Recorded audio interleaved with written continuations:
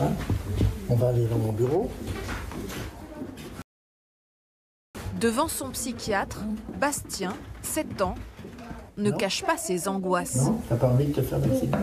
Et toi, t'en as marre Il paraît qu'on va reconfiner encore. J'en ai marre. J'en ai marre de ce plan horrible. Pour cet élève de CP, le Covid est source de stress et de nervosité. À l'école, le protocole sanitaire lui complique le quotidien. On est obligé de parler très fort à cause des masques, manger très rapide, beaucoup se laver les mains. Ça prend plein d'énergie. Ça prend beaucoup d'énergie. Garder le masque toute la journée. Donc ça te plaît pas le confinement? Non, pas du tout. Ça me plaît pas. Ça me plaît pas ce plan horrible. Sa maman, Sophie, a perçu un changement en septembre dernier. J'ai senti quand même que c'était pénible pour lui de faire classe avec sa maîtresse avec les masques. L'ambiance était beaucoup plus stressante. Je l'ai ressenti à travers mon fils, puisque à chaque fois il me raconte que l'ambiance stressante de la journée. Bastien est aussi sensible aux absences de ses camarades de classe. Il y a des élèves qui Qui ont eu le Covid. Et même des qui ont eu le Covid, on connaît. D'accord. Et toi, tu n'as pas eu le Covid? Non, je l'ai déjà fait et je suis négatif. Ah d'accord. Donc j'ai même pas le Covid. 2 parents d'élèves.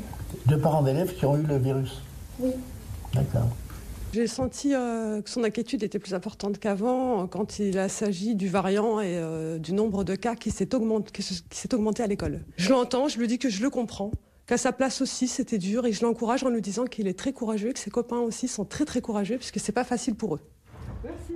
Les enfants ne sont pas épargnés par la crise sanitaire.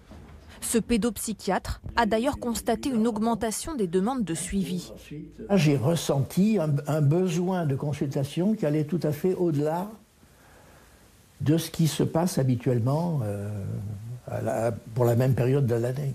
Les parents eux-mêmes sont déstabilisés, sont anxieux sur leur avenir, et donc les enfants, ce sont des véritables éponges émotionnelles, donc tout ça se répercute évidemment immédiatement sur les enfants.